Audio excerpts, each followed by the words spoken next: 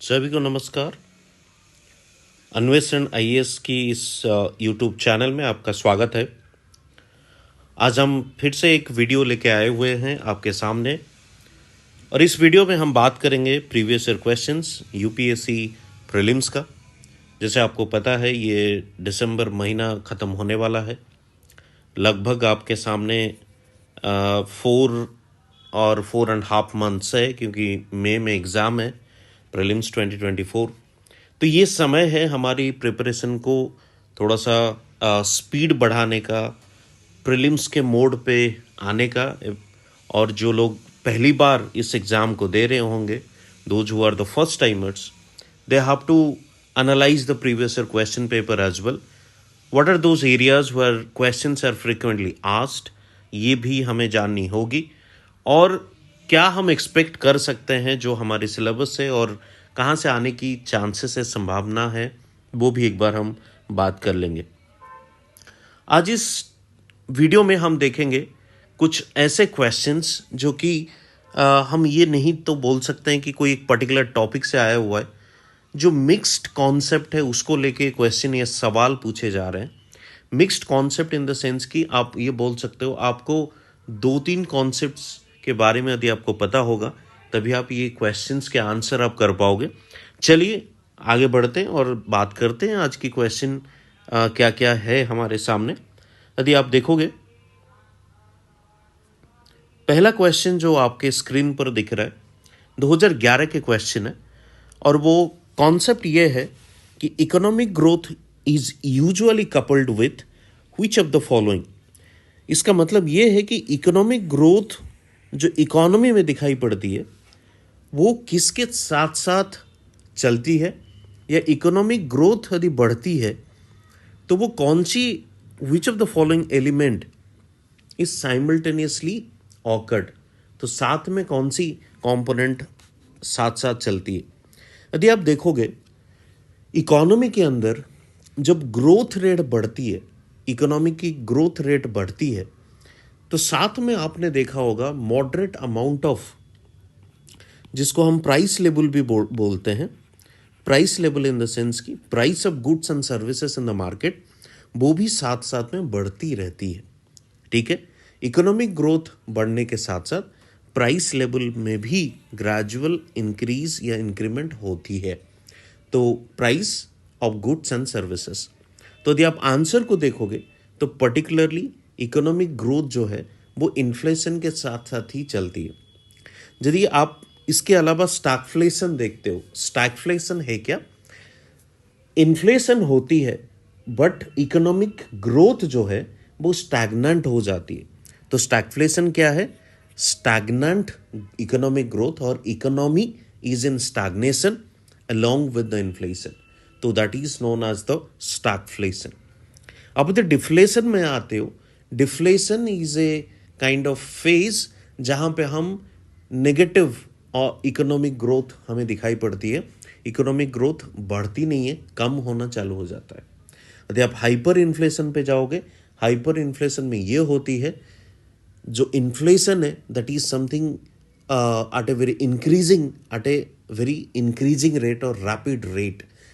जैसे goods and services की जो प्राइस है वो स्काई रॉकेटिंग और बहुत ही ज़्यादा बढ़ जाती है, जिसके वजह से लोगों की परचेजिंग पावर कम हो जाती है और ग्रेजुअली कहीं ना कहीं वो इकोनॉमिक ग्रोथ को एडवर्सली अफेक्ट करती है।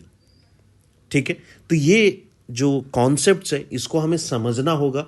इसके ऊपर देखिए ये जो टॉपिक्स है, these are the favorite topics of UPSC. They could be asked it in this coming prelims.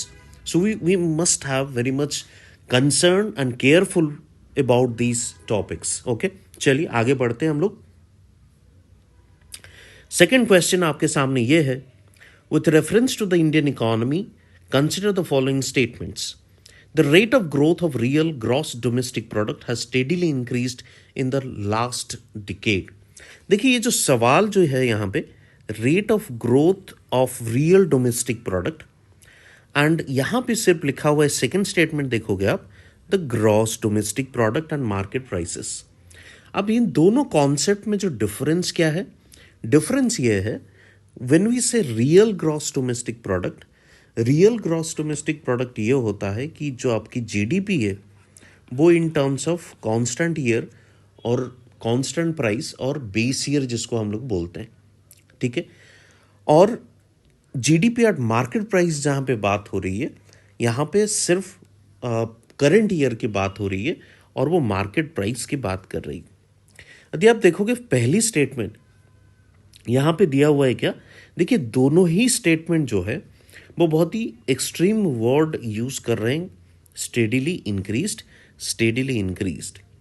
However if you see both the statements, both the statement क्या कह रही है कि एक रियल डोमेस्टिक प्रोडक्ट में स्टेडिली इंक्रीज हो रही है पिछले दशक में, लास्ट डिकेड, और दूसरा कह रहा है जीडीपी एंड मार्केट प्राइस। देखिए ये जो सवाल है ये ट्रेंड बेस्ड क्वेश्चंस है। कभी कभी यूपीएससी, कभी कभी क्या हर साल यदि आप देखोगे एक या दो क्वेश्चंस ट्रेंड बेस्ड रहती है। दैट मीन्स आपको एग्जैक्टली फिगर नहीं पूछा जाएगा, आपको ये जरूर पूछा जाएगा कि आप ये बताओ कि ट्रेंड क्या चल रहा है, इंक्रीज हो रही है या डिक्रीज हो रही है, ये जरूर आपको पूछा जा सकता है, ठीक है। चलिए देखते हैं। तो यहाँ पे ये सवाल है कि real gross domestic product has steadily increased. देखिए रियल ग्रॉस डोमेस्टिक प्रोडक्ट जब हम ये बोलते हैं कि जैसे मैंने आपको बताया कांस्टेंट ईयर, बेस ईयर, और आप ऐसे भी बोल सकते हो कि क्या वो जो बेस ईयर कांस्टेंट ईयर में इसकी जो ग्रोथ रेट है वो बढ़ रही है। देखिए जब कांस्टेंट ईयर और रियल जीडीपी की बात हो रही है तो यहाँ पे काफ़ी मुश्किल चीज़ें हैं कि इसको समझना कि लास्ट एक दशक के अंदर या 10 ईयर्स के अंदर वो बढ़ी है या नहीं। तो यहाँ पे सिंपली हम बोल सकते हैं कि ये स्टेटमेंट इज़ क्वाइट, आप बोल सकते हो कि ऐसे हो ही नहीं सकता है कि लास्ट 10 ईयर्स के अंदर ये स्टेडीली इंक्रीज हुई है, कांस्टेंट प्राइस में ये बढ़ी है। लेकिन आप यदि मार्केट प्राइस में उसको देखोगे तो ये एक्चुअली लास्ट 10 साल में मार्केट प्राइस में बढ़ी है। देखिए दोनों में जो डिफरेंस है मैं आपको बता दिया। एक तो करंट प्राइस जो मार्केट प्राइस की बात हो रही है सेकेंड स्टेटमेंट में, पहले स्टेटमेंट में वो जो बेस रेट या कांस्टेंट ईयर की बात हो रही है। तो second statement although it has been written in a extreme kind of statement, steadily increased. However, if you see the data of economic survey, वहाँ पे ये दिखाई पड़ती है कि yes, this has been steadily increased. That is the reason the second statement is the correct one. ठीक है, चलिए आगे बढ़ते हैं हम लोग। अब देखिए तीसरी जो क्वेश्चन है, it's all about the liberalisation policy that India has adopted in 1991। 1991 में जो लिबरलाइजेशन पॉलिसी थी उसके ऊपर एक क्वेश्चन है। आपने यदि सिर्फ एनसीईआरटीज भी पढ़ रखा है आपने, तो ये सवाल आप इजीली आंसर कर सकते हो क्योंकि एनसीईआरटी में भी एक चैप्टर दी गई है। देखिए पहला जो स्टेटमेंट है, share of agriculture in GDP increased enormously. in GDP increased enormously. If you see the present, the share of agricultural sector in the total GDP, this is something 13 to 14%, not more than that. So this would not be enormous as far as agricultural sector is concerned. आप यदि India's के export देखोगे in terms of the global trade or world trade, obviously this has increased from last many years. If you see the FDI, in fact, FDI has also increased to India. And if you see the foreign exchange reserve, this you can say the enormously, because if you see the current foreign exchange reserve, this is something around 500 billion US dollar, which is reserved by the RBI or which has been kept by the RBI. तो ये जो 2, 3 and 4 statements है, these are the reality after the 1991.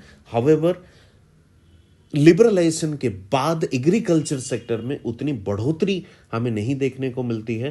It's quite slow, although increased, but it's quite slow. So let's go to the next question. Consider the following statements. This question is all about the human capital. This has been asked in 2018. If you see the human capital, see what is human capital? Human being को आज capital आप उसको consider कर रहे हो, तो human being यदि capital consider कर रहे हो तो वो कैसे कैपिटल हो सकता है? यदि ह्यूमन बींग को आप ट्रेंड करते हो, आप स्किल प्रोवाइड करते हो, आप उसको एजुकेट करते हो, आप उसको बेटर हेल्थ केयर फैसिलिटीज देते हो, then you can say this human being would be the capital. तो हम ये बोल सकते हैं यहां पे, फर्स्ट स्टेटमेंट देखिए, individuals of a country to accumulate more capital. देखिए, individuals of a country to accumulate more capital, देखिए ये जो अक्यूमुलेट मोर कैपिटल की बात हो रही है, ये कहीं ना कहीं ह्यूमन कैपिटल फॉर्मेशन की बात नहीं हो रही है। ये कौन सी कैपिटल की बात हो रही है? ये वो money in terms of asset की बात हो रही है। ये दूसरी कैपिटल है जो इन्वेस्टमेंट के लिए यूज होती है। It's not the human capital.